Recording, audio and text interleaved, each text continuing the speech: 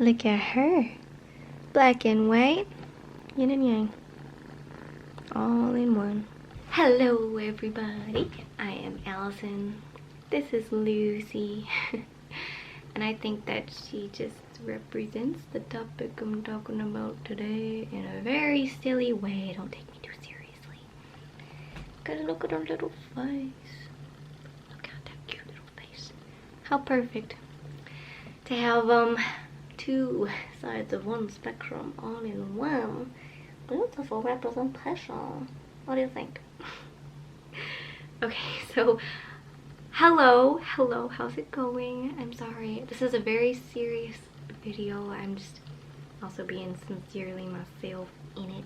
This isn't my usual video. However, I feel very drawn to make this video. I don't think that this movement of Black Lives Matter needs another white person sharing their perspective, but my goal is to hopefully help the movement by sharing how things I've learned and reflected on have awakened me to my own ignorance of my privilege and of the reality of the real problem that exists and that won't stop existing, won't come to an end until everyone's talking about it, which we are right now. But you know, I think it's really important to speak about it if I can. So if you do give me this time to hear me out, thank you. And if you do, you know, take it with a grain of salt, knowing that I don't, you know, have experience as part of the Black community and I am ignorant in my own right. I'm not perfect. I'm not trying to be. I'm just trying to help, trying to speak in some way. So Lucy here is gonna help me. So gonna give me a little bit of moral support. Unless she's trying to leave. It looks like she's trying to leave. We're trying to leave. No, she's in this. Okay, so yeah. I'm sorry. Okay. I wanted to put her down, but I guess not. Oh, do you want to? No. Okay, perfect. Okay, we're all settled. Are you settled? Yeah? No? Yeah? Okay, cool. Let's get into it. So, initially, I was kind of confused when this movement had another resurge, especially due to the pandemic that we are choosing to focus on, COVID. I was like, why are people gathering right now? Like, when COVID restrictions are just being lifted, now we're all of a sudden gathering in hundreds of people. Like, what are we doing? I understand it's a big deal, but is it this big? Is it worth, you know, perhaps undoing what we've done to protect ourselves against this other pandemic, which I have my, you know, reservations about. I'm not like a fully COVID whatever, but at first I didn't understand, and then I listened to the Black community talk and I took the time to learn, and I kind of changed my opinion. So first of all, I guess beginning with addressing with what I just said, we are focusing on COVID, but there are other pandemics relating to more social construct injustices that hurt and kill a lot of people, hundreds upon thousands upon millions of people. I thought I heard a weird sound. Such as family neglect of children and domestic violence and racism. So it's someone screaming outside. That's okay. I thought that it was like my other cat, you know, something happening to him. I'm always worried about my cats, but okay. I was confused about that at the beginning of COVID. Like, why are we choosing to focus on this pandemic? You know, keeping people in home will save them from COVID, but a lot of children are going to suffer by domestic abuse increasing. A lot of teenagers are going to suffer worse from social media connection over real life connection, over comparison, and self-hate due to that comparison and lack of real life connection. I don't know. I guess this is all kind of taking away from my message, because the focus really is on how this matter, Black Lives Matter, is really important. So, returning to that. I do think it's just for us to gather and support this cause, and I do hope that some change comes with it. So, what I realized that was the biggest shift within me by listening to people of the Black community talk about why this is a big deal, which I recommend you do.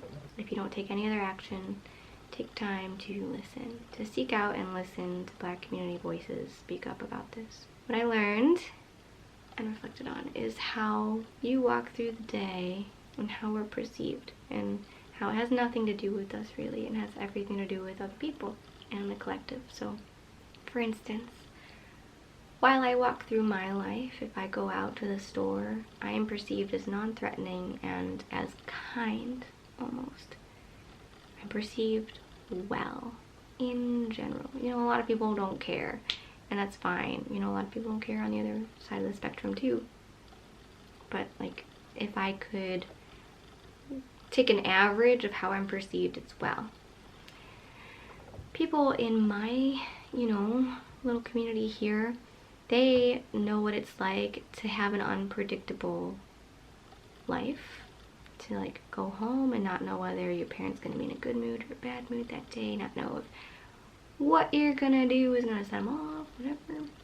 I think that the other side of this conversation, the Black community would argue that that is what their regular walking through life. Sorry, I'm gonna take her out of your view because I'm getting uncomfortable.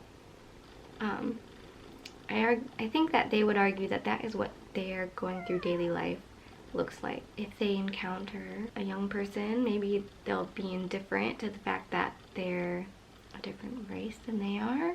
But if they encounter an older person, maybe they'll be disrespected or actually mistreated, and maybe even abused or killed. Like, I mean, these are extreme cases, but what crossed my mind that awoke within me in this conversation, in this, you know, this movement that's happening, what crossed my mind is how people in the Black community, they walk through life and sometimes they're perceived well and sometimes they're perceived not well, and it has absolutely nothing to do with them and absolutely everything to do with society carrying outdated patterns on. So for the past 400 years, society deemed Black people, people in the Black community, as less than, for capital gain. And even people like Thomas Jefferson, who wrote in the Constitution that all lives matter, like everyone matters. What does he say? Again, I'm not perfect, but I'm saying something. He owned slaves, you know? There was this momentum to these 400 years of deeming this color of people as less than, that is so strong within people. And even though a lot of people in newer generations don't add to the momentum exists and it's important to acknowledge it. How, you know, working in a psychiatric hospital, there were old people, no offense, again, not politically correct, old people with dementia, with schizophrenia, with whatever, who didn't really have like any face to say and awareness maybe to stop themselves from saying whatever it is that they wanted to say.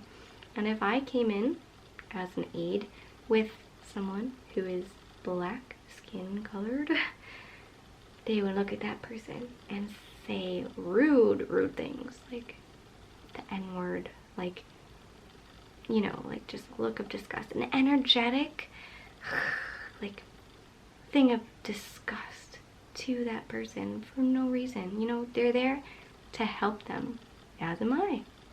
I didn't get any reaction, they did.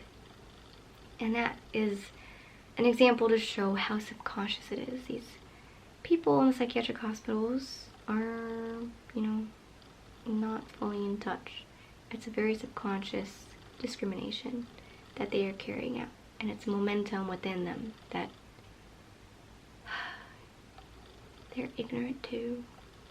And they're ignorant to the fact that we're both here, me and this other aide, to do something good for them. And I'm not better than them, nor are they worse than I, nor are they better than I. You know, we're equal. As far as, like, you know, skin color. It's very subconscious.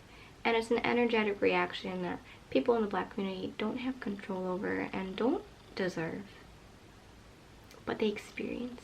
That is what I'm trying to get across today as this white person on the internet saying random things to you. Not random things, but, you know, it happens. Discrimination happens.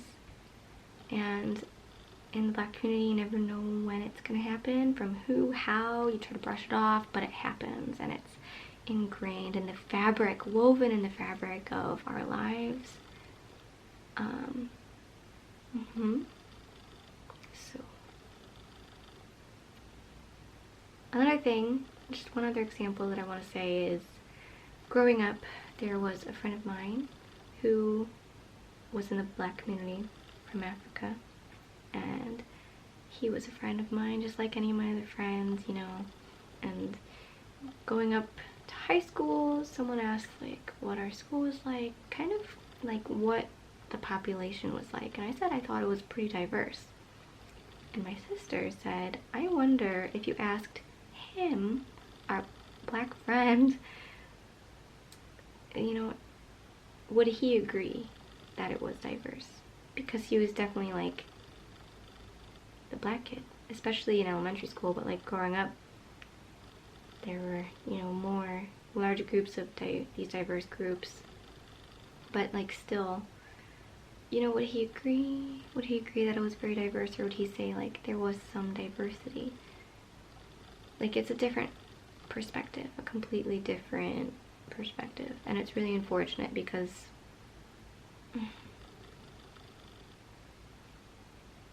me and so many other people in the white community wish that it wasn't, and so we kind of try to ignore that there is a big problem, you know, and just we try to move on before maybe society as a whole is ready. Like, I think that we're adding to the ignorance of the fact that there is a problem. So yeah, it's yeah, there's that. I think it's important to, through our day, try to wash away all the momentum of our subconscious reactions to different people for different reasons. You know, don't take your guard totally down. I know that there's reasons to like be on guard when there's like people who look sketchy or feel sketchy, but if that's just purely generalized towards one particular group of people, one stereotype that you possibly hold in your mind, that's out of line. You know, use your intuition in a more wise manner to make discernment about whether someone feels good or feels off, like feels unsafe. Don't, you know, don't abuse whatever privilege you were given, and don't be ignorant to the fact that there's a problem. That's what I want to say. I kind of hope to bring one of my friends on the show and discuss all this from his perspective. Me mostly ask questions and let him do the talking. I don't know if it's gonna happen, but I hope so, because I really think that there's a big limitation of me speaking up about this as a white person. You know, I really hope that after this video, if you like feel intrigued at all, do more research and try to find Black people talking about this. Not white people, Black people. Because like we don't really know. We don't really know. And that's the ignorance I want to bring to light today, is that even if you're not a part of the problem. Maybe you don't understand the scale of the problem. And you're not doing everything that you can to bring it to an end. So there is one podcast that I'll link down below that I really enjoyed. If you want to hear more and hear where some of my awakening came from, please check that out. And I guess that's all I have to say about that. So